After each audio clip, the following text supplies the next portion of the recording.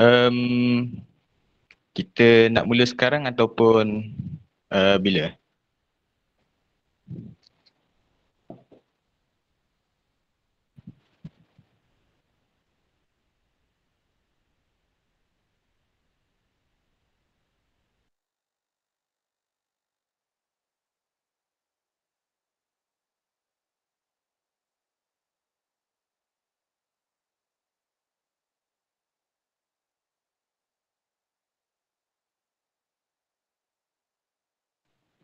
Okey, bismillahirrahmanirrahim. Assalamualaikum warahmatullahi taala wabarakatuh.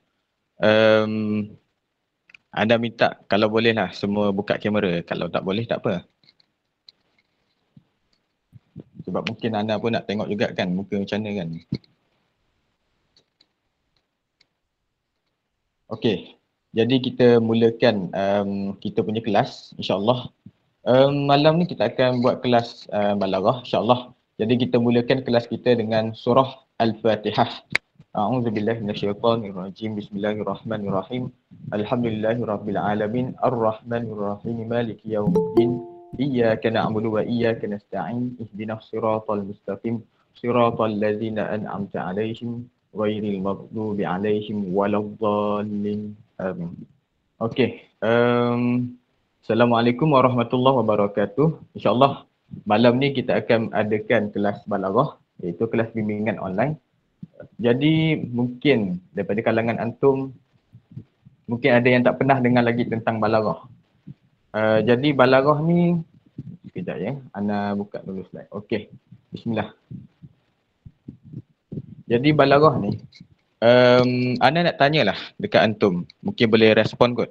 Ada tak yang tak pernah dengar perkataan balaghah sebelum ni? Ataupun sebelum STAM ni dia tak tahu lagi balaghah tu apa? Ada tak? Cuba sebut saya.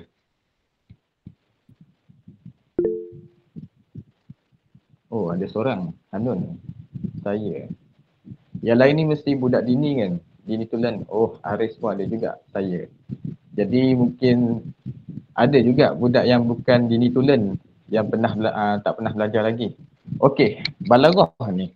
Balaghah ni kalau nak tahu ilmu balaghah ni dia sama je dengan form 4 dengan form 5. Dia sama dengan subjek adab balaghah masa form 4 dulu. Mungkin kalau ada yang ambil subjek ambil dini tulen kot, ambil aliran dini tulen, dia akan tahulah subjek ni. Okey. Jadi ilmu balaghah ni dia tak lari pun sebenarnya dengan apa yang kita belajar daripada form 4 form 5. Tapi kalau kita belajar dalam STAM ni dia lebih advance kepada kitab lah. Kita akan tengok, kita akan direct kepada kitab Arab lah yang asli ataupun matan asli. Dan juga kitab kita akan belajar balaghah dalam STAM ni dia upgrade sikit daripada form 4. Sebab balaghah ni dia sama je. Dia macam nahwu sorof pun dia sama juga daripada dulu. Daripada tingkatan 3 dulu. Tapi kalau ilmu balaghah pun sama. Jadi ilmu balaghah ni, kalau nak tahu, anda nak terangkan dulu sedikit tentang balaghah. Baik, balaghah ni, dia kalau nak tahu ilmu, dia salah satu cabang daripada funun lughah ataupun ilmu-ilmu bahasa. Ilmu-ilmu bahasa ni antaranya, salah satunya adalah nahwu dan sorof, dia termasuk dalam qawaid lah. Kemudian ilmu balaghah sendiri. Kemudian ada juga ilmu sautul lughah. Sautul lughah ni ilmu logat lah, logat bahasa ataupun ilmu fonologi dan juga sebagainya. Ada juga insya' dan mutalaah. Baik, ilmu balaghah ni bila kita kata dia bawah cabang daripada ilmu bahasa, maka dia agak penting lah untuk ilmu bahasa. Kalau kita nak mantapkan bahasa kita, jadi kita akan belajarlah ilmu balaghah ni. Jadi antum bertuah lah sebab ambil STAM insyaAllah. Jadi ilmu balaghah ni kalau anda nak terangkan, anda akan teruskanlah, anda akan bagi tahu takrif dia. Baik, sebelum tu anda nak kenalkanlah dulu buku teks balaghah. Buku teks balaghah Arabiah ni dia ada dua jilid ataupun dua bab. Iaitu yang pertama Al-Balaghah Al-Arabiyah li Safi As-Sani As-Sanawi. Maksudnya kitab yang kedua Sanawi. Maksudnya dia tingkatan dalam level kita ni dia macam Macam tingkatan 6 lah, tingkatan 6. Baik, yang kedua, kitab yang kedua adalah buku teks Al-Balaghah Al-Arabiyyah Lis-Saffi As-Salis As-Sanawi. Maksudnya kitab ni kitab yang jilid yang ketiga lah, kitab kedua untuk biasanya level grade untuk tingkatan 7 lah sepatutnya. Tapi kalau kita nak jelaskan dia Saffi As-Salis As-Sanawi. Baik, ini kalau kita nak kenalkanlah kitab kita yang akan belajar. Baik, tapi anda tak akan terangkan tentang kitab sangatlah sebab kitab Balaghah ni dia banyak. Tapi anda huraikan sikit, anda akan guna nota yang anda dah agihkan. InsyaAllah kita boleh rujuklah. Baik, kalau nak tahu ilmu Balaghah ni, takrif dia. Kalau kita nak kenal sesuatu ilmu tu, dia mesti tahu dulu takrif ataupun pengenalan kepada ilmu tu. Baik, sebab ulama Islam dia telah menetapkan sesuatu kaedah ataupun disiplin ilmu tu berlandaskan daripada takrif dia, daripada huraiannya, pendalilannya, daripada pensyariatannya, hikmah dan sebagainya lah, dan juga aqsam dan sebagainya. Baik, kita nak tahu takrif Balaghah ni. Yang pertama, takrif Balaghah ni Balaghah ni ada kaitan dengan fasahah. Baik, Al-Balaghah ni, ilmu Balaghah ni kalau kita nak tahu dari sudut bahasanya adalah al-wusul wal-intiha. Maksudnya menyampaikan ataupun wal-intiha, ketersampaian dan intiha, dan juga menuju kepada akhir, ada pengakhiran maksudnya. Balaghah ni senang cakap, kalau kita tengok kepada tasrif dia daripada asal kalimah ni, kita boleh tengok kepada kalimah balaghah. Balaghah ni kalau kita faham daripada sifat Rasul yang ada 4 tu, tabligh. Tabligh ni menyampaikan. Tapi kalau balaghah ni maksudnya ilmu yang menyampaikan sesuatu. Itu maksud balaghah. Tapi kalau kita nak tahu maksud fasahah pula. Fasahah ni ada kait juga. Ni anda terangkan sikit daripada form 4 lah yang daripada anda belajar. Baik, al-fasahah pula adalah lugah dia az-zuhur wal bayan. Maksudnya jelas dan juga nyata. Baik, kita nak tahu tentang balaghah lah lebih. Jadi anda teruskan kepada istilah ilmu balaghah, iaitu ilmu balaghah ni istilahnya mutabaqatul kalamul fasih li muqtadal hal, iaitu mempercantikkan sesuatu kalam itu yang telah fasih li muqtadal hal, dalam sesuatu keadaan ataupun sesuatu keadaan yang ditetapkan. Baik, apakah maksud istilah ni? Maksudnya kita nak cantikkan ilmu yang kita nak cantikkan kalam yang telah fasih, telah jelas, tapi kita nak cantikkan lagi mengikut keadaan, sesuatu keadaan lah. Maksudnya kita ikut ketetapan keadaan. Contoh, kalau misalnya kita akan menggunakan uslub amar, kita akan gunakan uslub amar untuk perintahkan sesuatu kepada seseorang, maka kita akan gunakan uslub amar. Contohnya, ya Muhammad uktub al-kitab. Wahai Muhammad, bacalah kitab. Kita nak suruh tapi kita naikkan sikit nada kita, ya Muhammad uktub al-kitab. Wahai Muhammad, bacalah buku. Tulislah buku. Uktub. Iqra al-kitab. Okey, iqra al-kitab. Okey, kemudian kita nak tahu tentang fasahah. Fasahah istilahnya adalah al-kalamul wadih bi alfaz ma'lufah wa ghair mu'akkadah. Maksudnya sesuatu kalam yang telah jelas bi alfaz ma'lufah, dengan lafaz-lafaz yang lemah lembut, yang lembut lah, wa ghair mu'akkadah, dan tidak ada kaitan, tidak ada sangkut paut lah maksudnya. Maksudnya fasahah ni dia tidak tersangkut-sangkut lah. Dia tidak tersangkut paut. Kemudian dia dengan lafaz yang lembut, dan juga dia nada dia agak tidak gagap lah contohnya.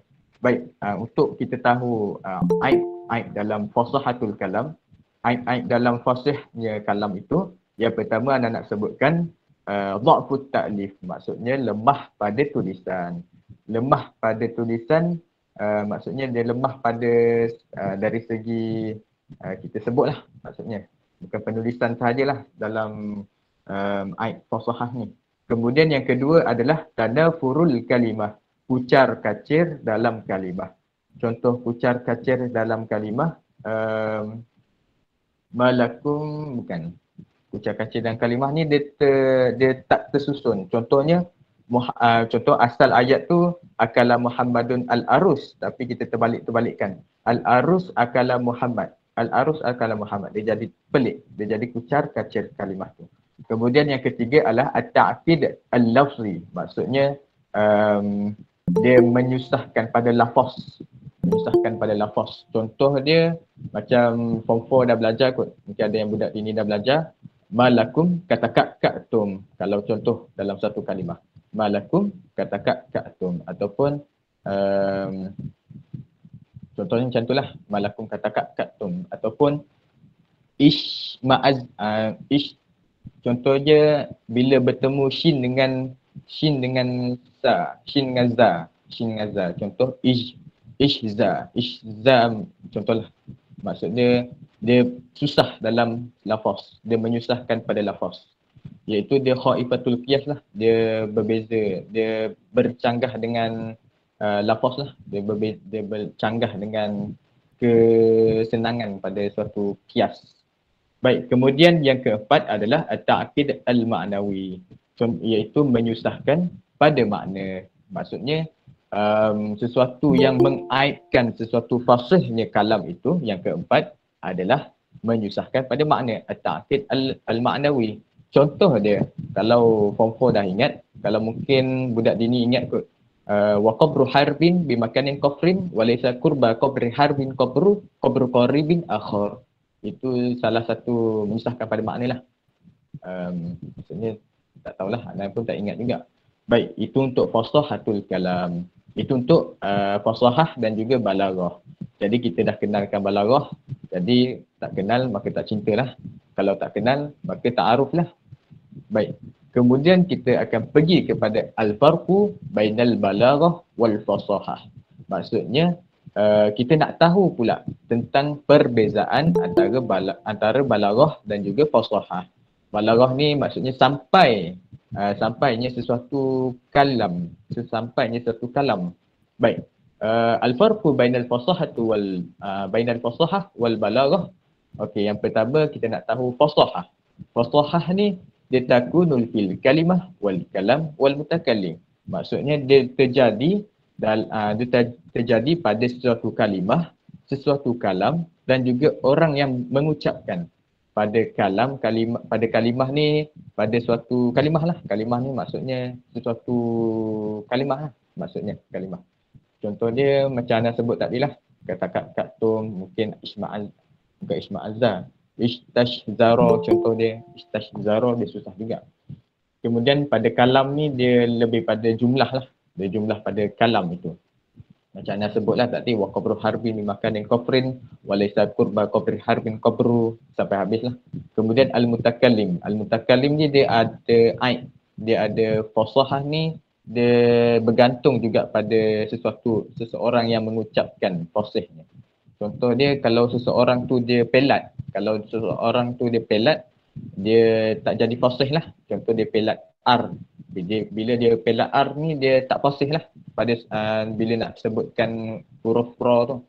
Kemudian kalau kita nak comparekan dengan balaghah. Balaghah ni dia takudul fil kalam wal mutakallim. Maksudnya dia hanya terdapat pada kalam dan juga mutakallim. Kalam ni biasanya pada ibarat lah. Ibarah ataupun jumlah.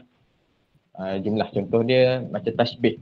Muhammad kal asad. Muhammadun kal asad. Contoh Muhammad seperti singa. Itu untuk kalam. Kalam ni dia lebih pada jumlah. Jumlah ni pada ayat lah.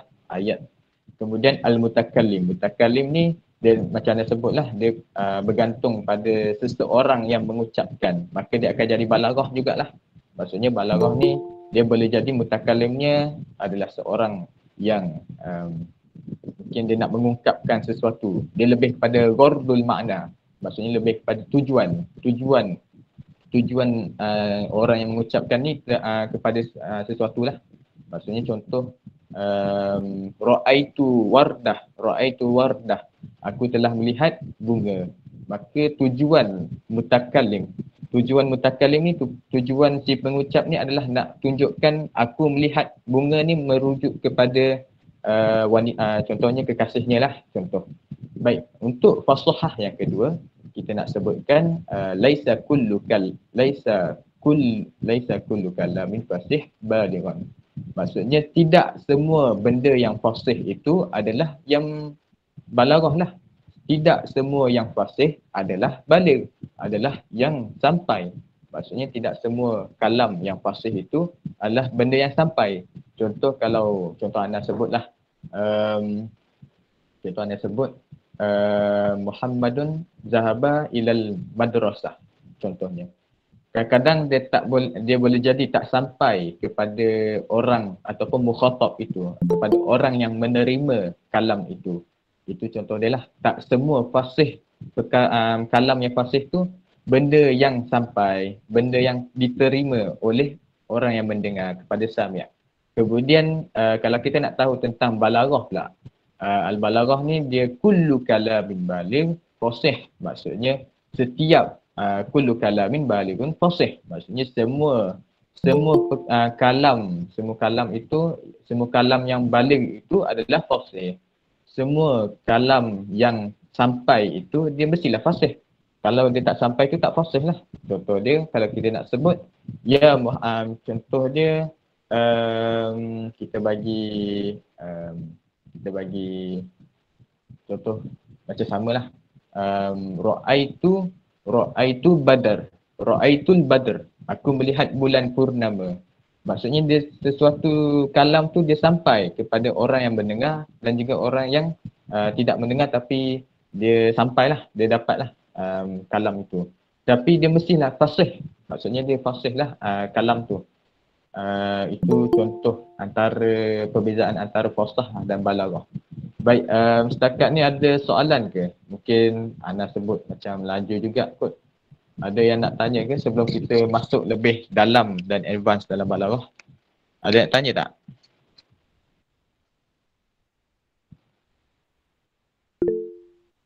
Setakat ni tiada. Okey, betul-betul faham ni? Mungkin ada yang tak faham lagi nanti. Takut nanti balaghah ni orang kata subjek killer lah. Yuzi Ustaz? Tak ada, okey. Nanti tak ada. Okey, tapi balaghah ni anda nak cakap lah, dia antara subjek killer jugalah dalam STAM. Kalau antum macam tak perform dan balaghah ni, habislah. Sebab balaghah ni dia makan banyak masa jugalah nak fikir untuk ingatkan balik, untuk tengok soalan tu, tapi kita cuba fahamkan balaghah dengan betul. Baik, itu untuk al-farqu bainal balaghah wal fasahah. Itu perbezaan antara balaghah dan juga fasahah. Baik, kita nak masuk kepada ilmu balaghah. Ilmu balaghah terus kita bukan masuk pada fasahah. Baik, ilmu balaghah ni dia ada 3 pecahan. Baik, kalau anda nak teruskan dulu sekejap boleh. Okey. Ini dia peta minda. Ilmu balaghah ni dia pecah kepada 3. Iaitu yang pertama adalah ilmu ma'ani. Ilmu ma'ani ni ilmu yang ilmu pada makna lah. Maksudnya ilmu ni dia membahaskan tentang makna sesuatu kalam. Itu untuk ilmu ma'ani. Baik, ilmu ma'ani ni kalau kita nak tahu takrif dia anda boleh tunjuklah nanti. Kemudian ilmu balaghah ni dia ada yang kedua, pecahan yang kedua dia adalah ilmu bayan, iaitu ilmu yang membahaskan tentang penjelasan kepada makna. Al-bayan ni maksudnya penjelasan. Maksudnya dia menjelaskan makna daripada ilmu ma'ani tu. Dia ada peringkat ilmu balaghah ni. Dan kemudian yang paling difokuskanlah oleh ulama balaghiyin adalah ilmu badi'. Ilmu badi' ni ilmu untuk mempercantikkan sesuatu bahasa ataupun senang cakap kita gunakan gaya bahasa tu secara bombastik lah. Ilmu badi' ni. Ilmu ma'ani ni dia lebih kepada makna lah. Kita nak tahu nak bahaskan tentang makna. Dan ilmu bayan ni tentang penjelasan kepada makna. Kita tengok balik kepada aqsam ni. Okey, maksud ilmu ma'ani ni. Ini untuk penambahan lah sebab kita tak belajar dalam STAM banyak sangat. Mungkin anda nak terangkan sikit ilmu ma'ani ni apa. Ilmu ma'ani ni huwa ilmu yu'rafu bihi ahwal al-lafzul arabi allati biha yutabiq muqtadal hal. Maksudnya ilmu ini dia adalah ilmu yang diketahui padanya ahwal-ahwal lafaz Arab. Maksudnya keadaan lafaz Arabi, lafaz-lafaz bahasa Arab lah. Allati biha yutabiq muqtadal hal, iaitu yang memperincikan tentang bergantung pada hal lah. Yutabiq ni anda tak ingatlah maksud dia apa. Mungkin kalau anda takwilkan yutabiq ni topik ni dia bergantung lah biasanya. Mungkinlah anda rasa. Dia maksudnya ilmu ma'ani ni ilmu yang diketahui padanya keadaan sesuatu lafaz Arab itu yang bergantung pada muqtadal hal lah, kepada ketetapan hal, kepada keadaan lah, kepada keadaan sesuatu. Contoh dia ilmu ma'ani ni dia ada pecahan.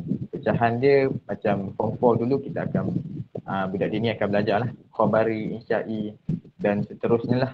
Tapi dalam stam ni dia perincikan tentang al-qasar, uslub qasar, al-ijaz dan juga al-ithnab. Baik, itu untuk ilmu ma'ani. Baik, ilmu ma'ani ni dia senang je, dia tak banyak pun. Kemudian kita akan pergi pula kepada ilmu bayan. Ilmu bayan ni pula adalah ilmu yang membahaskan tentang penjelasan sesuatu kalam, iaitu huwa ilmu yu'rafu bihi iradal ma'anil wahid fi turukin mukhtalifah, iaitu ilmu yang diketahui padanya kehendak makna yang satu pada jalan-jalan yang berbeza. Maksudnya ilmu ni kita nak membahaskan, tentang kehendak kepada makna yang satu. Maksudnya dia nak ilmu yang diketahui, maksudnya ilmu ni dia nak menghuraikan tentang kehendak ataupun tujuan asal ataupun satu makna sahaja fituruk mukhtalifah, tetapi dalam makna wahid ni dia ada banyak turuk, ada banyak jalan untuk kenal pasti makna yang wahid tu. Contohnya ilmu bayan ni dia ada pecahan lah. Kalau kita tengok dalam peta minda ni, ilmu bayan ni dia ada tashbih. Tashbih ni perumpamaan. Haqiqah ni dia lebih kepada kalamnya, pada perkara yang benar, perkara yang hakikat. Yang hakikat maksudnya dia tidak ada majaz. Lawan haqiqah ni adalah majaz. Hakikiah ni lawan dia majaz. Majaz ni maksudnya benda yang ada kaitan. Majaz ni ada satu makna yang lain. Kemudian isti'arah. Isti'arah ni kalau kita faham dalam bahasa Melayu, dalam Komsas, metafora lah biasanya ilmu bayan. Kemudian kinayah. Kinayah ni maksud dia ada dua maksud. Dia menunjukkan satu kalimah tu dia ada dua maksud. Boleh jadi makna tu maksud yang pertama tu maksud yang asal, maksud yang kedua tu maksud yang lain, maksud yang tersembunyi lah maksudnya. Okey, itu untuk ilmu bayan. Okey, yang ketiga kita nak tahu pula tentang ilmu badi'. Ilmu badi' ni macam anda sebut lah, ilmu untuk mempercantikkan sesuatu kalam ataupun kita gunakan ayat bombastik. Huwa ilmu yu'rafu bihi wujuh tahsinul kalam ba'da mutabaqatihi li muqtadal hal. Maksudnya ia adalah ilmu yang diketahui padanya wujuh tahsinul kalam. Maksudnya bentuk-bentuk yang mencantikkan ataupun mempercantikkan sesuatu kalam. Kalam ni ayat lah maksudnya. Biasanya ibarah lah. Ba'da mutabaqatihi li muqtadal hal. Maksudnya selepas dia bergantung lah. Selepas mutabaqatihi ni anda tak ingat lah maksudnya. Li muqtadal hal, bergantung kepada situasi ataupun keadaan yang ditetapkan. Itu untuk ilmu badi'. Jadi ilmu badi' ni dia akan kita akan perincikan ataupun dia ada pecahan. Dia ada dua pecahan yang paling utama, iaitu al-muhassinat al-ma'nawiyah dan juga al-muhassinat al-lafziyah. Iaitu muhassinat ma'nawiyah ni dia perkara yang mempercantikkan dari segi makna. Contoh pecahan-pecahannya adalah al-tibaq, al-muqabalah, al-tawriyah, al-mubalaghah, dan juga muhassinat lafziyah ni dia ada pecahan kepada dua, iaitu jinas dan juga saja. Nanti anda akan terangkanlah lagi untuk ilmu badi' ni. Ilmu badik ni insyaAllah dia tidaklah senang, dia tidak senang, tidak susah lah. Tapi kalau antum minat tentang ilmu bahasa ni, insyaAllah antum boleh pergi dengan jauh. Baik, kita akan pergi pula, mungkin anda tak akan jelaskan tentang a'lam lah, ilmu balaghah ni. A'lam ni tokoh-tokoh, mungkin antum boleh tahulah. Antaranya adalah Abdul Qahir Al-Jurjani. Yang kedua adalah Az-Zamakhsyuri. Yang ketiga adalah Al-Qazwini. Itu sajalah untuk tokoh-tokoh pelopor ilmu ilmu balaghah lah. Kemudian kita okey, ana nak terangkanlah ini. Satu ibarat yang ana nak jelaskan di sini, kalau antum nampak ada seorang tak nak baca apa yang baca apa tu? Ada orang tak nak bacakan apa yang ada dalam gambar ni?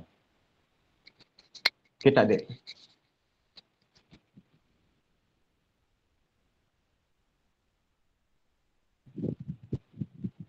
Okey, mungkin ada yang tak nak cubalah kan.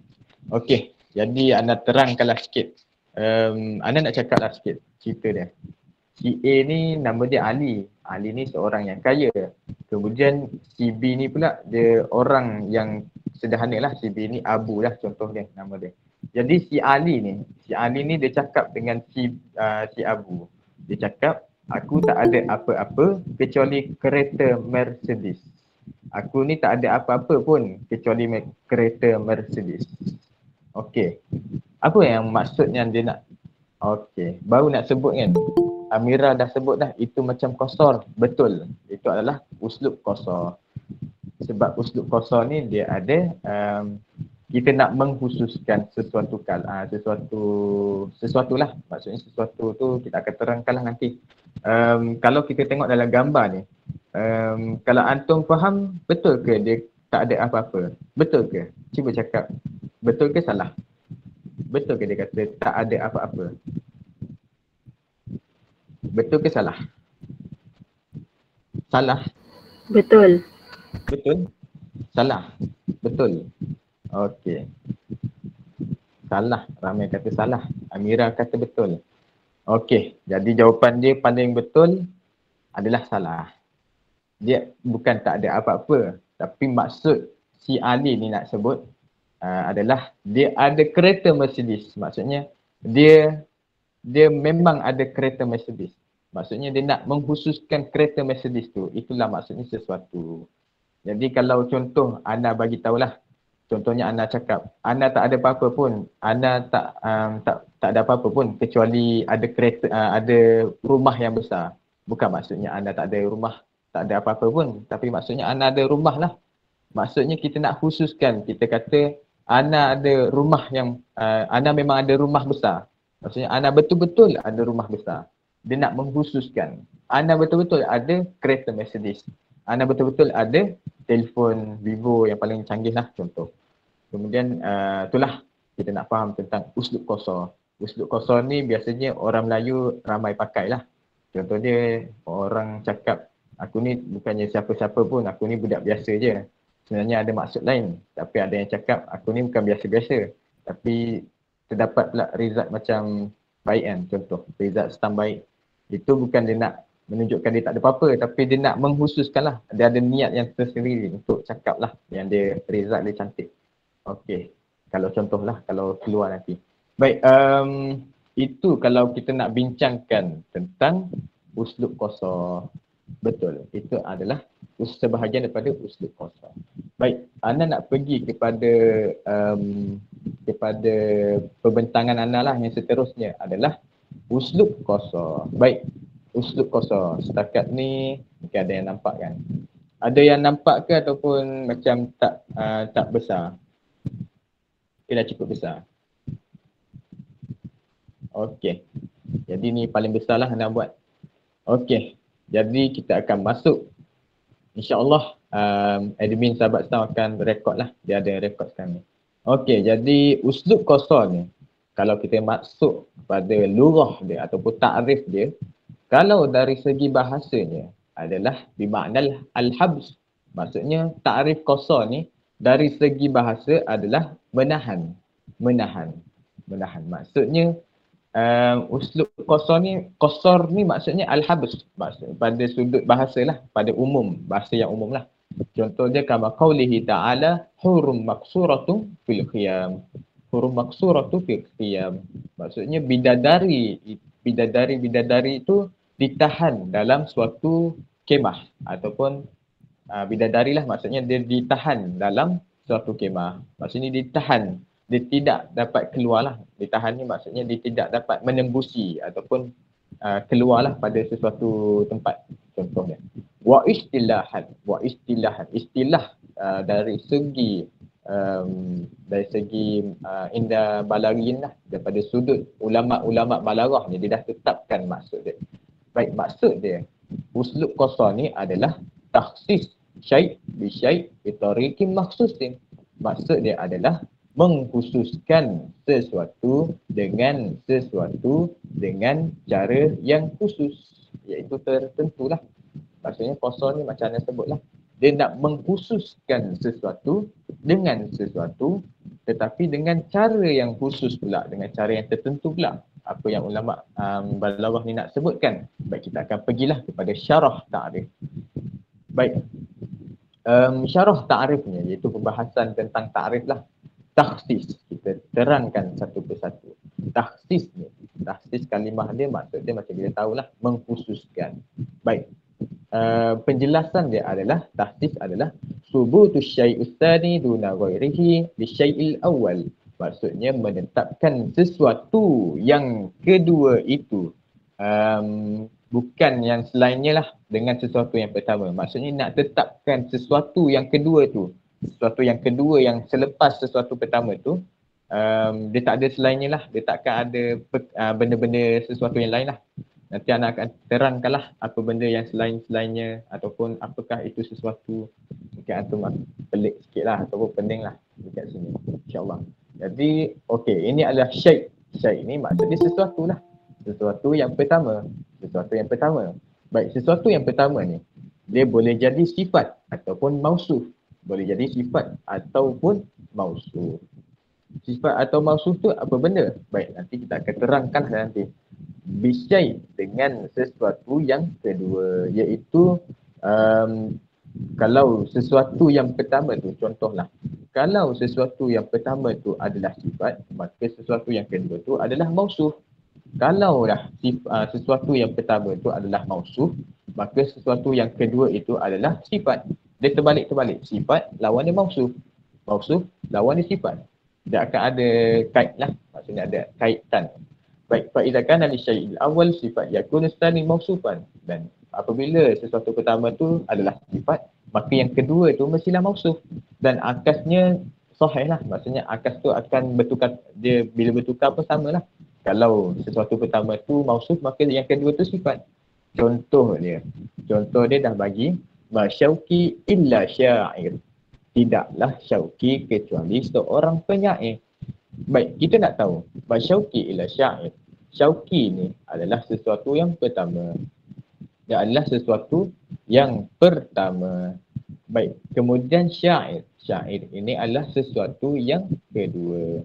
Untuk mausuf dan sifat ni anak tak akan terangkanlah sangat. Nantilah anak akan terangkan. Baik, itu untuk syarah ta'rif lah. Dia sama juga, syair ila syauqi ni, masyair ila syauqi ni sama juga. Syair ni dia sesuatu yang pertama, dia jadi sesuatu yang pertama sebab dia ada kat depan. Syauqi ni sesuatu yang kedua. Itu untuk bisyai istani lah. Kemudian bitoriki makhsusin, iaitu dengan jalan ataupun cara yang tertentu. Maksud dia, maksud bitoriki makhsusin ni, bitorik min torikil qasar as-sittah, dengan jalan untuk mengenal pasti uslub qasar daripada 6 jalan qasar.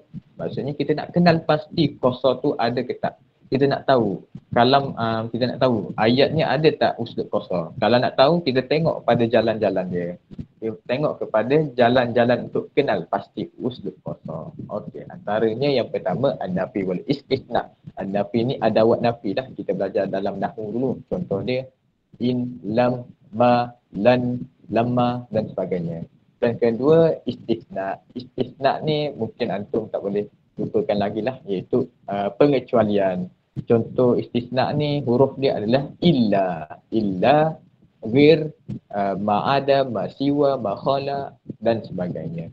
Kemudian yang kedua adalah innama. Innama ni antum tahulah.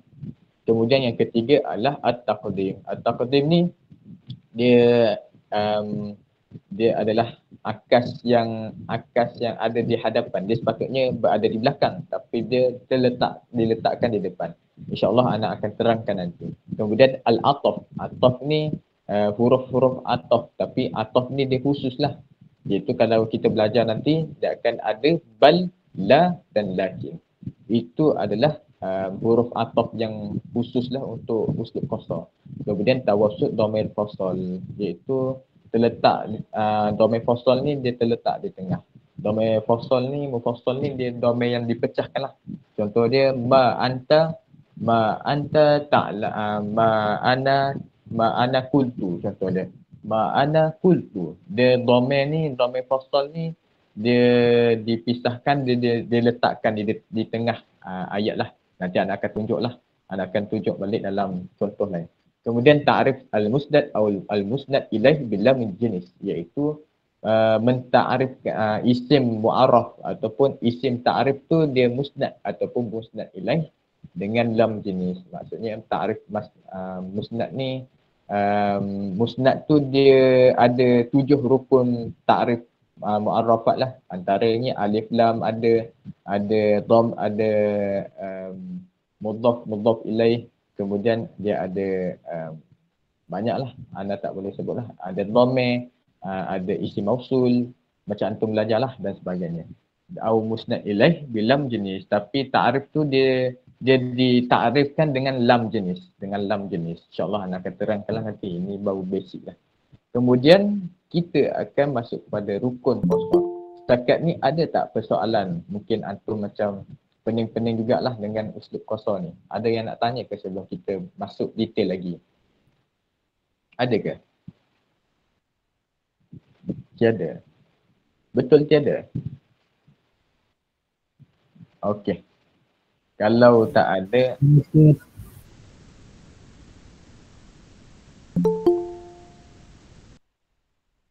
macam tak ada Torik maksus. Torik maksus. Okey. Torik maksus ni anda akan terangkanlah balik. Torik maksus ni maksud dia dengan yang tertentu. Maksud kalau kita nak kenal pasti uslub qasar tu, kita mesti kenal dulu jalan-jalan yang khusus ni. Maksudnya nak kenal uslub qasar ni ada ke tak dalam kalam tu ataupun dalam ayat tu, kita kena cari dulu torik maksus ni. Contoh anda sebut, kita nak cari dalam ayat contoh dia Muhammadun Rasul. Muhammadun Rasul ni dia ada mubtada dan juga ada khabar. Dia jadi ayat biasalah. Dia ada jumlah biasalah, ismiyah. Tapi kalaulah dia ada torik maksus ni, bila ana letak nafi dan istisna dalam ayat Muhammadun Rasulun, dia jadi ma Muhammadun illa Rasulun. Tidaklah Muhammad kecuali seorang Rasul. Dia ada nafi. Nafi ni ma. Macam anda sebutlah ma. Ma ni contoh dia Masyauki ni lah contoh dia. Illa. Dia ada illa juga torik yang kedua, iaitu istisna. Bila jadi ada torik ni maka dia adalah uslub qasar. Itu saja untuk torik maksus. Setakat ni faham? Setakat ni faham? Okey, faham. InsyaAllah nanti kita murajaah baliklah. Okey, kemudian kita akan masuk kepada rukun qasar. Rukun qasar ni fahamlah, dia setiap uslub qasar ni ada rukun dia. Rukun untuk kita nak letakkan ataupun nak menyusun suatu jumlah lah ataupun ayat tu mesti ada rukun-rukun dia. Baik, rukun qasar ni dia ada 3. Kita kena ingat ada 3, iaitu yang pertama adalah maksur. Yang pertama adalah maksur. Yang kedua adalah maksur alaih. Maksur alaih, kalau anda nak jelaskan maksur dan maksur alaih ni, Antum boleh tengoklah dekat sini. Okey, anak tunjuk. Yang warna biru ni, yang warna biru dalam contoh ni, ini adalah maksur. Maksur. Kemudian maksur alaih ni dia berwarna hijau. Ja'a ni adalah maksur. Contoh dia adalah ma ja'a illa Muhammadun. Ma ja'a illa Muhammadun. Tidaklah datang kecuali Muhammad. Tidaklah telah datang kecuali Muhammad. Ja'a ni adalah maksur. Itu adalah rukun lah, rukun yang pertama ataupun taraf yang pertama. Kemudian dia ada Muhammadun. Muhammadun ni dia jadi maksur alaih. Senang cakap, maksur ni macam anda sebutlah tadi. Dia adalah sesuatu yang pertama. Sesuatu yang pertama. Sesuatu yang pertama ni dah adalah maksur yang kita nak berjelaskan dekat sini. Kemudian maksur alaih ni adalah sesuatu yang kedua. Kita kena ada dua taraf ni. Maksur dengan maksur alaih ni dia adalah dua taraf. Kena ingat pula dua taraf.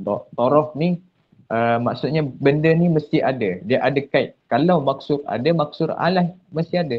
Kalau tak ada, tak boleh. Dia tak boleh jadi uslub qasar. Uslub qasar dia mesti ada maksur dan maksur alaih. Tak ada maksur alaih, tak jadilah maksud. Tak ada maksud, tak adalah maksud alaih. Itu saja untuk taraf. Kemudian yang ketiga, rukun yang ketiga adalah jalan qasar. Jalan qasar ni maksud dia cara jalanlah untuk kenal pasti uslub qasar. Wujud tak uslub qasar tu. Baik, macam anda sebutlah tadi. Anda dah sebutkan tariq makhsus. Tariq makhsus ni dia perbincangan dalam tariq qasar lah. Macam kita tahu. Jadi inilah 3 rukun qasar yang antum kena ingat dalam uslub qasar lah. Kemudian kalau anda tunjuk contoh ni lah dia. Kalau ma dan illa ni dia jadi tariq qasar. Tariq qasar dia. Iaitu jalanlah untuk kenal pasti uslub qasar. Kemudian ja'a ni adalah maksud alaih. Maksud. Ja'a ni maksud. Muhammadun maksud alaih. Sama juga bawah. Ma dengan illa adalah tariq qasar. Kemudian syauqi ni dia adalah maksur. Syair adalah maksur alaih. Itu sahaja untuk rukun lah. Kemudian kita masuk untuk aqsam. Bahagian qasar. Bi'atibar tarfaihi. Anda nak tunjuklah sikit mana ya. Adalah. Okey. Okey, ni adalah qasar lah macam anda sebut tadi. Ini adalah peta minda untuk qasar. Untuk qasar ni kita dah sebutkan tentang rukun. Tentang rukun ni dah settle. Jadi kita nak masuk pula kepada aqsam qasar. Aqsam qasar ni dia ada dua. Duanya apa? Yang pertama, qasar bi'iktibar tarfaihi. Qasar ni dia pada sudut taraf, dua taraf. Pada sudut dua taraf. Dia pada sudut kita tengok pada maksur dan juga maksur alaih. Contoh dia kalau nak tunjuk. Okey, jadi qasar ni yang kita nak jelaskan ni adalah bahagian qasar ni dari sudut taraf, dua taraf qasar. Iaitu dua taraf qasar ni kena ingatlah, mesti kena ingat. Maksur dan maksur alaih. Itu untuk bi'iktibar tarfaihi. Baik, dia dipecahkan kepada dua iaitu yang pertama adalah qasar sifat ala mausuf. Qasar sifat ke atas mausuf. Maksudnya qasar tu qasar sifat ke atas mausuf. Maksudnya mausuf tu dia berada di hadapan dulu sebelum sifat. Maksudnya qasar sifat ni dia ada kat depan ayat dulu sebelum mausuf, sebelum sifat. Dia maksudnya mausuf kat depan kat sesuatu pertama tu, kemudian sesuatu yang kedua tu adalah sifat. Contoh yang Ana boleh terangkan dekat sini. Baik, contoh dia kama qala Allah Ta'ala wa ma Muhammadun illa rasulun. Tidaklah Muhammad kecuali rasul. Baik, Muhammadun ini adalah maksur. Taraf qasar dia adalah maksur. Jadi kalimah ni dia adalah mausuf. Kenapa mausuf? Sebab kalau nak tahu mausuf ni sebab apa? Sebab Muhammad disifatkan sebagai seorang rasul. Baik, untuk kalau antum macam pening kan, macam mana nak tahu tu mausuf ataupun sifat? Kadang-kadang sifat ni kita boleh fikir dekat belakang je. Kadang-kadang mausuf ni kita boleh ingat dekat depan je, dekat Taraf yang pertama ni dekat depan lah. Tapi kalau antum nak tahu, sifat ni maksudnya dia lebih kepada kita nak sifatkan, nak nisbahkan kepada sesuatu ataupun seseorang. Contohlah kalau anda sebut dalam bahasa Melayu, contoh dia rumah besar, rumah saya besar, rumah saya besar. Jadi kita nak cakap rumah tu ke yang sifat, rumah tu bukan sifat, yang sifatnya adalah besar, besar tu adalah sifat. Dan rumah tu nak faham sikit dia adalah mausuf, yang disifatkan, sebab kita nak sifatkan rumah itu sebagai besar. Itulah itu contohlah kita nak kenal pasti mana satu sifat, mana satu mausuf. Baik, kalau contoh dalam ayat Allah ni, wa ma Muhammadun illa rasulun ni, Muhammadun ni seseorang yang disifatkan ataupun mausuf dalam bahasa Arab. Tapi dalam illa rasulun, rasulun adalah sifat, sebab sifat ni dia menunjukkan kepada benda yang dinisbahkan ataupun benda yang kita nak terangkan. Siapa Muhammad ni? Muhammad ni adalah rasul. Rasul ni pengutus ataupun utusan Allah. Jadi utusan Allah ni dia mesti dia akan jadi sifat lah. Dia akan jadi sifat. Itu untuk kita nak kenal pasti. Kemudian rasulun. Rasulun ni kita tahu dia adalah sifat. Rasulun adalah sifat kerana tapi dia taraf qasar dia adalah maksur alaih. Dia tetap maksur alaih. Dan kalimah ni, kalimah rasul ni adalah sifat. Dia adalah sifat sebab rasul ni dia adalah ataupun merupakan sifat bagi Muhammad. Kalau Muhammad itu adalah seseorang yang disifatkan ataupun mausuf, maka sifat bagi Muhammad itu adalah rasul ataupun dia adalah sifat lah. Maksudnya dia adalah sifat seorang utusan Allah ataupun pengutus ataupun utusan lah maksudnya utusan. Baik, itu untuk qasar sifat ala mausuf. Kemudian contoh yang kedua nak tunjuk sikitlah. Mallahu illa khaliqu kulli syai'. Maksudnya tidaklah Allah kecuali pencipta setiap sesuatu. Tidaklah Allah. Allah tu dia tidak boleh jadi sifat. Dia tidak boleh jadi sifat sebab dia Allah adalah yang disifatkan ataupun mausuf yang disifatkan sebagai pencipta segala sesuatu. Khaliqu kulli syai', khaliqu kulli syai'. Baik, khaliqu kulli syai' dia jadi sifat. Dia jadi sifat sebab apa? Sebab dia adalah sebab pencipta ataupun sifat mencipta segala sesuatu tu dia ada pada Allah. Dia adalah sifat bagi Allah, iaitu mencipta segala sesuatu. Dan taraf qasarnya Allah tu adalah maksur. Khaliqu kulli syai' itu adalah maksur alaih. Kemudian kita nak tengok pada contoh kedua. Ini adalah contoh qasar mausuf ala sifat. Qasar mausuf ala sifat. Kita pergi kepada contoh dia adalah qala Allah Ta'ala innama yakhshallaha min ibadihil ulama. Sesungguhnya orang yang takut dalam kalangan orang yang takut kepada Allah dalam kalangan hamba-hambanya adalah ulama. Sesungguhnya orang-orang yang takut dalam kalangan hamba-hambanya kepada Allah adalah ulama. Iaitu kita nak faham yakhshallah ni ataupun khasyatillah ini adalah maksur dari segi taraf qasar dia. Dari segi taraf qasar dia adalah maksur sebab dia berada di hadapan lah maksudnya. Dan dia akan jadi sifat. Kita kena ingat qasar mausuf ala sifat ni. Qasar mausuf ala sifat ni sifat dekat depan, mausuf dekat belakang. Tapi kalau qasar sifat ala mausuf ni dekat depan, sifat ni dekat belakang. Itu saja nak kenal. Jadi yakhshallah ni adalah sifat. Yakhshallah ni dia adalah sifat kepada ulama. Dia adalah sifat kepada ulama. Yakhshallah. Kemudian min ibadihil ulama. Ulama ni akan jadi mausuf. Dia akan jadi yang disifatkan ataupun mausuf. Baik, dia dalam taraf qasar ni dia adalah maksur alaih. Sebab apa dia jadi yang disifatkan? Sebab sifat ulama ni nak faham dia adalah orang yang takut kepada Allah.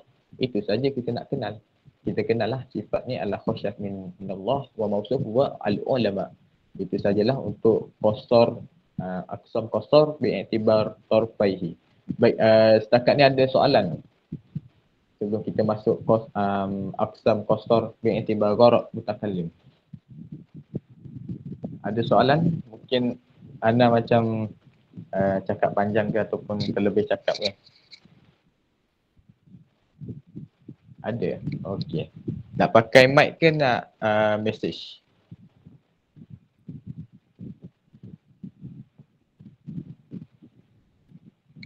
Okey. Kita tunggulah. Okey. Kalau nak tahu aqsam qasar, okey. Ustaz ni soalan tak jauh dari buku kan. Okey. Soalan dia akan ambil daripada buku juga. Soalan tu dia mesti akan ambil daripada buku, daripada kitab, buku teks lah.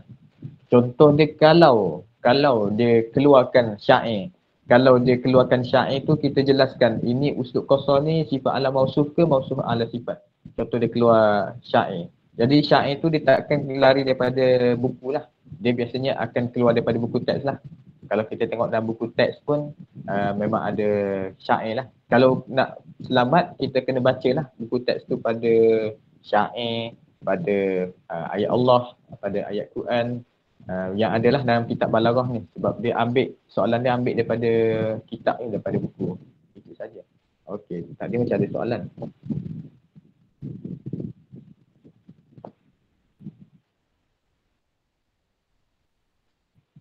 Qasar mausuf tu sifat dekat depan ya Ustaz.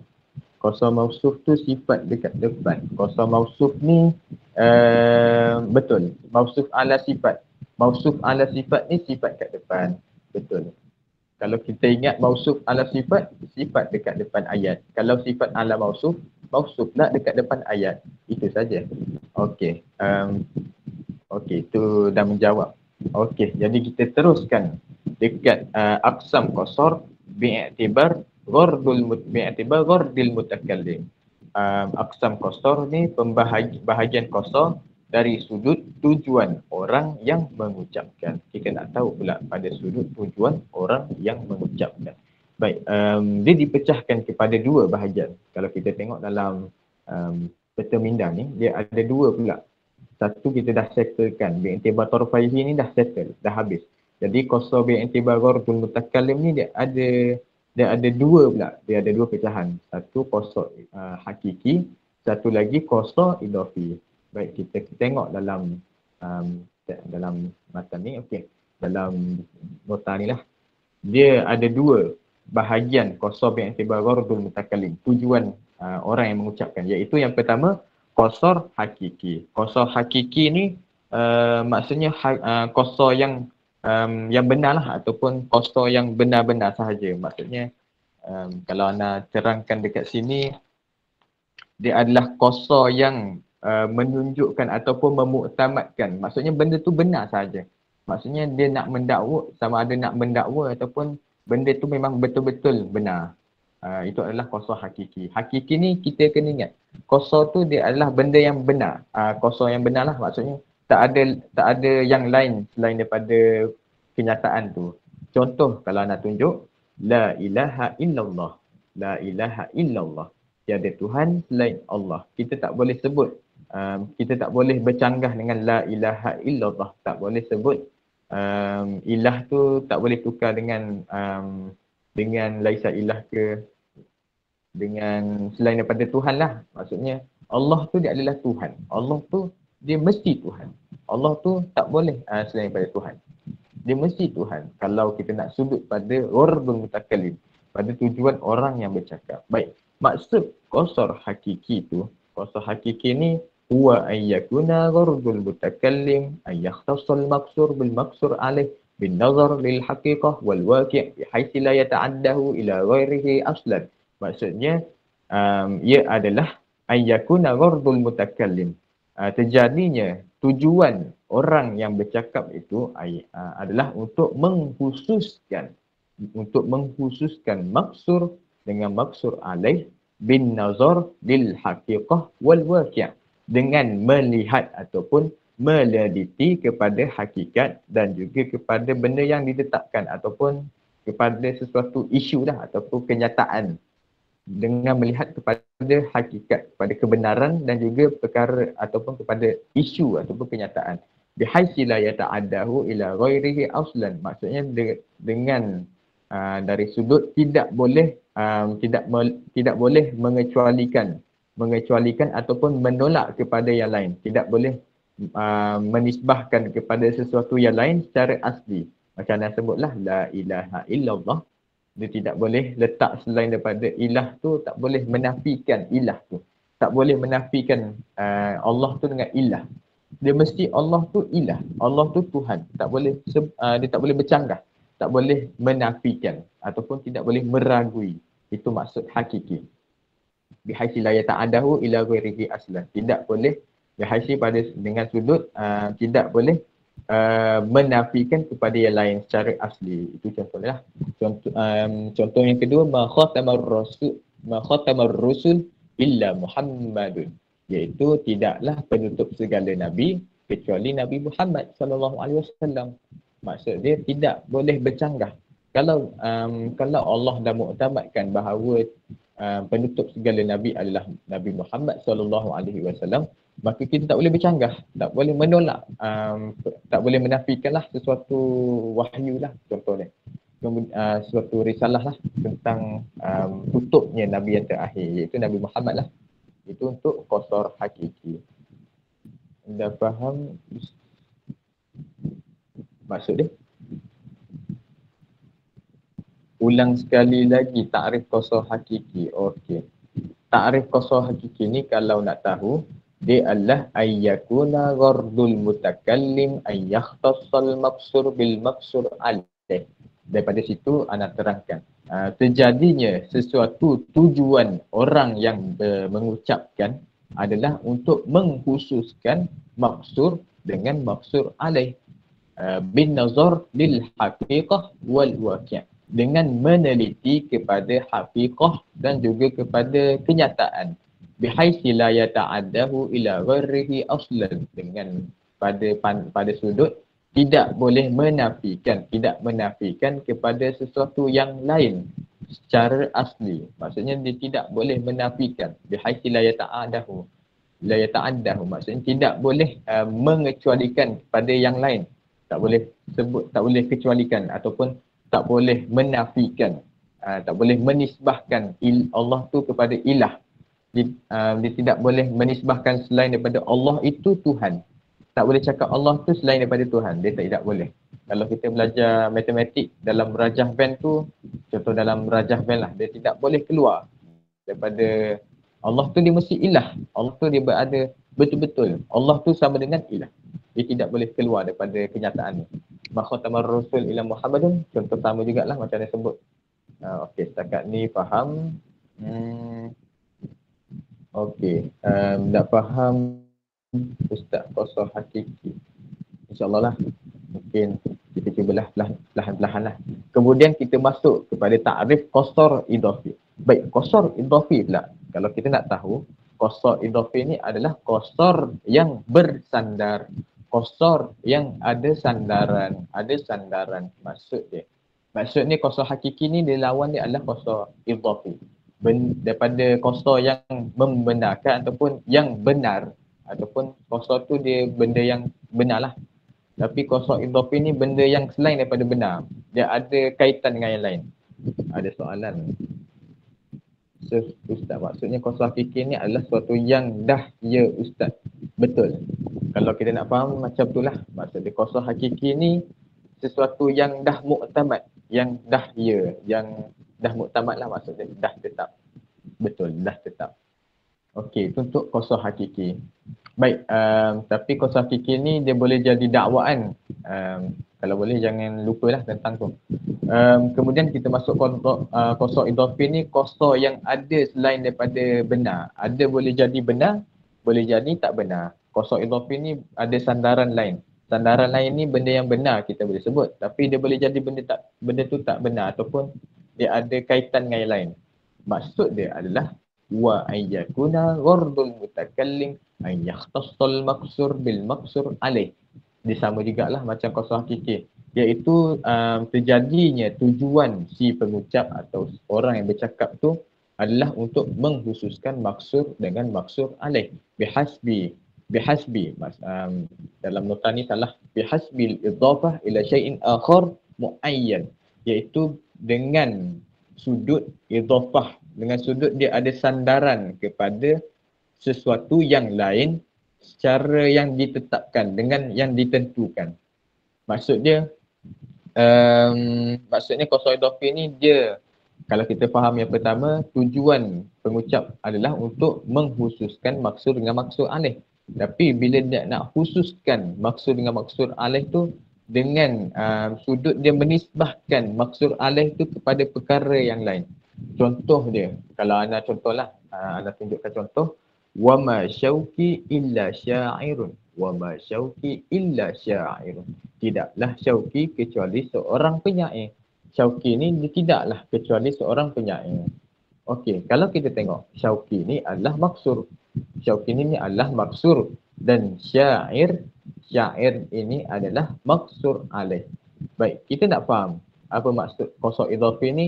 Bila kita sebut ma Syauqi ila syair, tidaklah Syauqi kecuali seorang penyair, boleh jadi Syauqi itu bukan penyair. Dia boleh jadi katib. Ma Syauqi ila katib. Dia boleh bersandarkan kepada yang lain. Maksudnya syair ni dia tidak dia ada khusus yang lain. Dia boleh menjadi, dia ada sandaran kepada benda yang lain. Itu maksud dia. Maksudnya Syauqi ni dia tidak semestinya syair, tidak semestinya seorang penyair.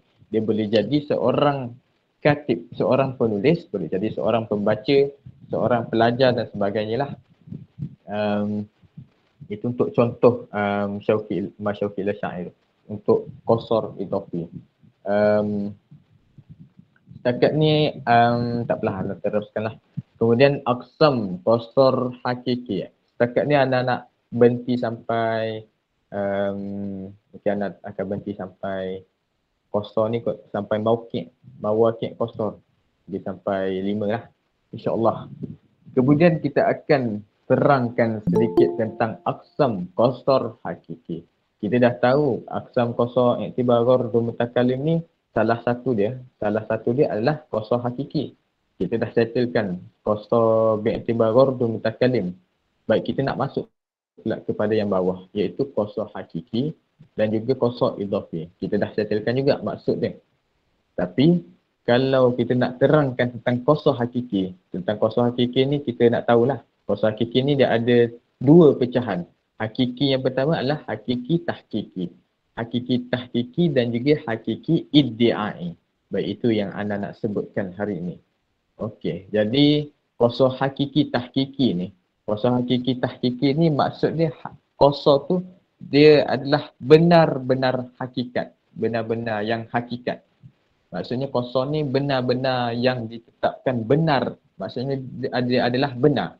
Dia tidak palsu ataupun dia tidak boleh bercanggah lah ataupun muktamad. Orang kata muktamad. Qasar hakiki, tahqiqi. Dah benar dan dibenarkan pula. Maksudnya dah benar, dibenarkan dan dia muktamad dengan kebenaran itu. Alamat dia, tanda dia adalah ayyakuna madmunahu mutabaqan lil waqi' al-khariji. Iaitu terjadinya dia, kalau anda nak jelaskan ayyakuna madmunahu mutabiqan ni, kalau nak jelaskan dia adalah dia tidak, boleh catatlah, dia tidak mempunyai keserupaan yang berlaku. Ayyakuna madmunahu mutabiqan bil waqi' khariji. Dia tidak ada serupa dengan yang berlaku. Dia tidak ada benda yang serupa dengan syai'ud sani, dengan benda yang dibenarkanlah. Maksudnya dia tidak ada keserupaan ataupun selain, dia tidak ada selain daripada itu.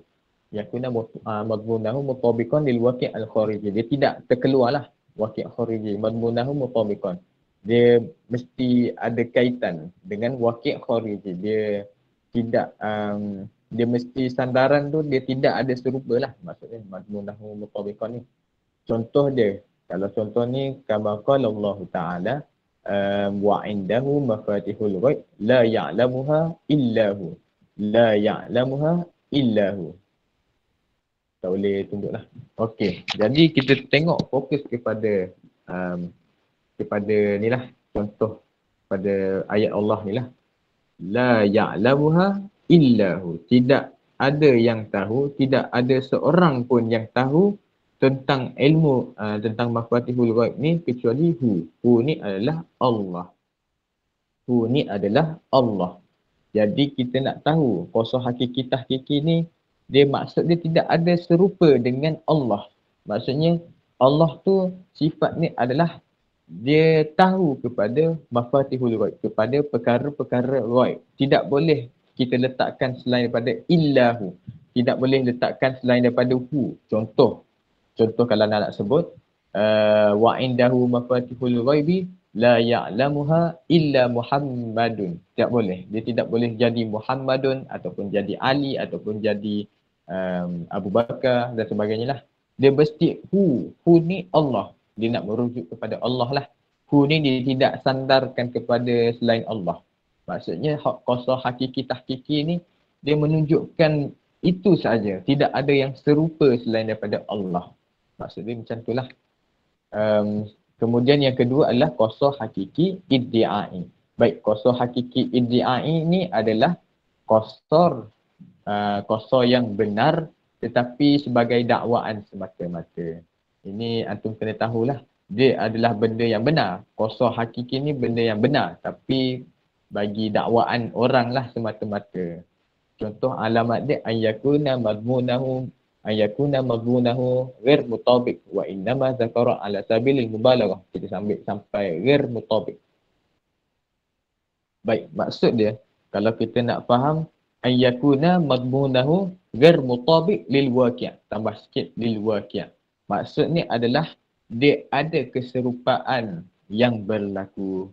Dia ada keserupaan pada yang berlaku. Kalau dekat atas tadi dia tidak ada yang serupa dengan yang berlaku. Tapi yang hakiki iddia ini pula maksud dia alamat dia, tanda dia maksudnya dia ada keserupaan yang berlaku. Contoh kalau kita tengok pada contoh la saifun illa zulfaqar. Tidak ada pedang kecuali zulfaqar, kecuali pedang zulfaqar. Maksudnya tidak ada pedang pun kat dunia ni kecuali zulfaqar saja. Tapi ini adalah dakwaan semata-mata. Kena ingat, ini adalah dakwaan bagi masyarakat biasanya kepada golongan alawiyah lah yang sebutkan perkara ni. Baik, konsep iddia ini maksudnya dia adalah dakwaan. Tapi nak tahu alamat dia. Alamat ni kita tengok pada saif. Saif ni pedang. Pedang ni dia ada keserupaan dengan yang lain lah maksudnya. Maksudnya pedang ni yang ada pedang ni yang ada kat dunia ni dia ada keserupaan. Maksudnya zulfaqar ni tak semestinya kita letak zulfaqar. Kita boleh letak la saifun illa pedang, contoh keris. La saifun illa keris, illa selempang macam parang ke, contohlah nama pedang tu lah. Itu untuk la saifun illa zulfaqar. Tapi nak faham lagi dalam, tengok contoh yang kedua lah. Baik. Contoh yang kedua ni kita nak tahu maksud dia la khatibun fil balad illa ali. Tidak ada pemidato dalam sesuatu negara itu kecuali Ali. Tidak ada orang yang berkhutbah dalam negara kecuali Ali. Ali ni dia nak rujuk kepada Sayyidina Ali lah. Baik, itu adalah dakwaan semata-mata. Walaupun kalau kita masukkan dalam uslub qasar, dia adalah uslub qasar hakiki. Uslub yang benar, tetapi ini adalah dakwaan masyarakat semata-mata. Baik, kalau nak tahu alamat macam anda sebutlah, dia ada keserupaan dengan khatibul fil bilad. Ali ni dia ada benda yang serupa selain daripada Ali lah. Khatibul fil bilad ni boleh jadi Umar, boleh jadi Osman, boleh jadi Abu Bakar dan sebagainya. Itu nak tahu alamatlah ayyakuna madbunahu ghair mutabik. Maksudnya dia ada keserupaan pada yang berlaku. Itu contoh dia lah. Kalau anda nak sebut dekat bawah ni panjang sikit lah. Kemudian untuk yang last sebelum kita tutuplah untuk uslub qasar yang pertama. Kita akan pergi kepada mawaqi' al-qasar, iaitu mawaqi' qasar ni maksud dia adalah kedudukan qasar. Kedudukan qasar. Baik. Kedudukan qasar ni kita dah tahu banyak benda dah tentang qasar. Tapi kita nak tahu pula tentang kedudukan pula pada qasar ni. Baik, dia ada 5 kedudukan. Kedudukan dia ada 5. Yang pertama adalah bainal mubtada wal khabar, di antara mubtada dan juga khabar. Di antara mubtada dan juga khabar. Baik, antara mubtada dengan khabar ni dia adalah kedudukan untuk taraf lah, untuk taraf qasar. Okey, kita tengoklah pada contoh. Muhammadun ni taraf dia adalah maksur. Maksur. Muhammadun ni adalah maksur. Rasulun adalah maksur alaih. Itu adalah taraf dia kalau kita nak tengoklah. Kemudian kalau kita nak tahu bentuk dia, Muhammadun ni adalah isim. Dia isim dan dia adalah mubtada. Muhammad ni adalah mubtada sebab dia isim. Dan Rasulun adalah khabar. Rasulun adalah khabar. Baik, jadi asal ayat wama Muhammadun illa Rasulun asalnya adalah Muhammadun Rasulun. Muhammad adalah seorang Rasul. Itu asal ayat lah ataupun at-taqdir. Kelas habis sepatutnya pukul 10 tadi lah, tapi anda nak tutup lah sampai mawaqi' qasar. Ini yang last lah. Okey, jadi kalau antum faham kedudukan qasar ni, kedudukan rukun qasar ataupun taraf qasar ni, dia ada dekat mubtada dan juga khabar. Mubtada ni, Muhammad ni adalah mubtada, Rasul adalah khabar. Kemudian yang kedua adalah bainal fi'il wal fa'il. Di antara fi'il dan juga fa'il. Contoh dia, ma sadaqa illa Muhammadun. Tidaklah jujur kemudian kecuali Muhammad. Tidaklah jujur ataupun sedekah ni dia adalah fi'il madhi. Baik, itu sedekah ni adalah fi'il. Dan yang kedua adalah Muhammadun adalah fa'il. Muhammadun adalah fa'il. Jadi asal ayat untuk ma sadaqa illa Muhammadun adalah sadaqa Muhammadun. Takdir asal ayat dia adalah sadaqa Muhammadun. Sadaqa Muhammadun, itu pun dah jadi jumlah yang lengkap. Baik, yang ketiga adalah bainal fa'il wal maf'ulun bih. Di antara fa'il dan juga maf'ulun bih. Contoh dia malaqitu illa Muhammadan. Tidaklah aku jumpa kecuali Muhammad. Baik, laqitu ni dia ada fa'il. Dia ada fa'il madhi dan juga dia ada fa'il. Fa'il dia kalau kita belajar dalam nahwu, dia adalah dhamir mustatir taqdiruhu ana. Dhamir mustatir taqdiruhu ana. Dia adalah dhamir yang tersembunyi dan takdirnya adalah ana, iaitu saya lah. Laqitu. Jadi laqitu ni ada fa'il dan juga ada fa'il. Itu kalau kita nak bagi tahulah fa'il dia dekat mana. Kemudian Muhammadan ni adalah maf'ulun bih. Muhammadan adalah maf'ulun bih. Kalau kita nak tahu. Jadi asal ayatnya ataupun takdir untuk ayat malaqitu ila Muhammadan adalah laqitu Muhammadan. Aku telah berjumpa dengan Muhammad. Tapi kalau tengok pada ayat dalam uslub qasar ni, dia jadi malaqitu ila Muhammadan. Tidaklah aku jumpa kecuali Muhammad. Dia sama je maksud dia dengan aku telah berjumpa dengan Muhammad. Tapi kita nak khususkan dengan uslub qasar lah. Kemudian yang keempat, yang kedua terakhir lah, iaitu bainal maf'ulain, iaitu di antara dua maf'ul. Baik, contoh dia adalah ma manahtul fakira illa khamsina janihan. Tidaklah aku memberi kepada orang fakir kecuali 50 janihan. Janihan tak ingat. Tapi dia macam cupak ke apa? Ana pun tak ingat. Jadi dia sebut tidaklah aku beri kepada orang fakir kecuali khamsina janihan. Kecuali 50 janihan. Baik, al-fakira ni kalau tengok pada nahwu, kita tengok pada hukum ataupun pada alamat nahwu lah i'rab. Dia adalah baris fathah. Al-fakira. Al-fakira. Jadi kita nak tahu al-fakira sebab dia adalah maf'ulun bih. Dia adalah maf'ulun bih. Fa'il dia adalah manahtu. Fa'il dia manahtu, fa'il dia pun manahtu. Tapi dia dhamir mustatir takdiruhu ana. Al-fakira ni dia jadi maf'ulun bih. Kemudian khamsina. Khamsina ni adalah maf'ul tsani. Maf'ul tsani sebab dia asal. Maf'ul tsani ni kadang-kadang dia boleh tunjuk fakira ni dia boleh tunjukkan dia beri apa. Dia beri apa kepada orang fakir, dia boleh jadi maf'ul tsani lah. Kalau kita belajar nahwu, mungkin anak nak terangkan pun tak sempat dah kot. Jadi khamsina ni dia akan jadi maf'ul tsani. Maf'ul tsani. Jadi asal ayat ni manahtul fakira illa khamsina janihan. Asal ayatnya adalah manahtul fakira khamsina janihan. Hazafkan sahaja ma dan juga illa. Hazafkan dia. Kita hazafkan ma dan juga illa. Dia akan jadi maksudnya sama lah nanti. Baik, itu yang keempat. Dan yang terakhir adalah bainal hal wa sahib. Bainal hal wa sahibuha. Di antara hal dan juga sahib hal. Contoh ayatnya adalah ma jaa raqiban illa Muhammadun. Tidaklah telah datang dalam keadaan menunggang kecuali Muhammad. Tidaklah datang dalam keadaan menunggang kecuali Muhammad. Baik, raqiban. Jaa ni adalah fa'il. Jaa ni fa'il, raqiban dia jadi hal. Raqiban dia jadi hal sebab dia mauqi' dia hal, hukum dia mauqi', hukum alamat, hukum dia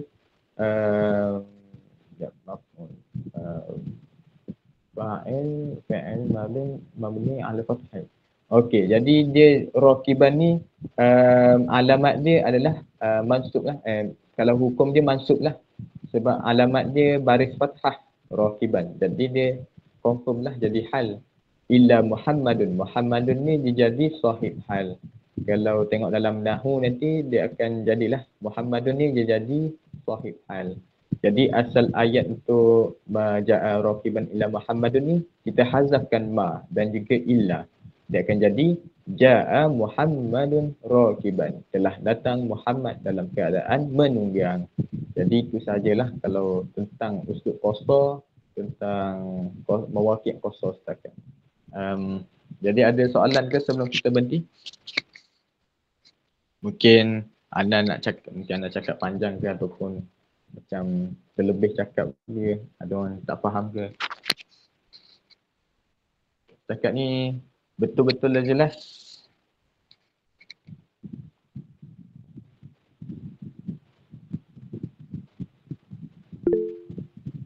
Okey, Basyirah kata jelas.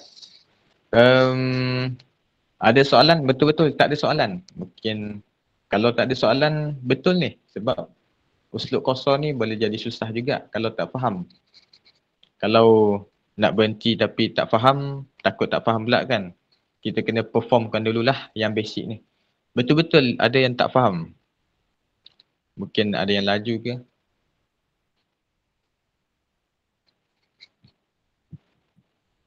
Okey, kalau tak ada kita tutuplah dulu kan. Mungkin ada yang nak tanya tapi boleh tanya nantilah insya-Allah. Jadi kita tutup kita punya majlis ilmu ini dengan tasbih kafarah dan suratul Asr. Subhanakallah wa bihamdika asyhadu an la ilaha illa anta astaghfiruka wa atubu ilaik.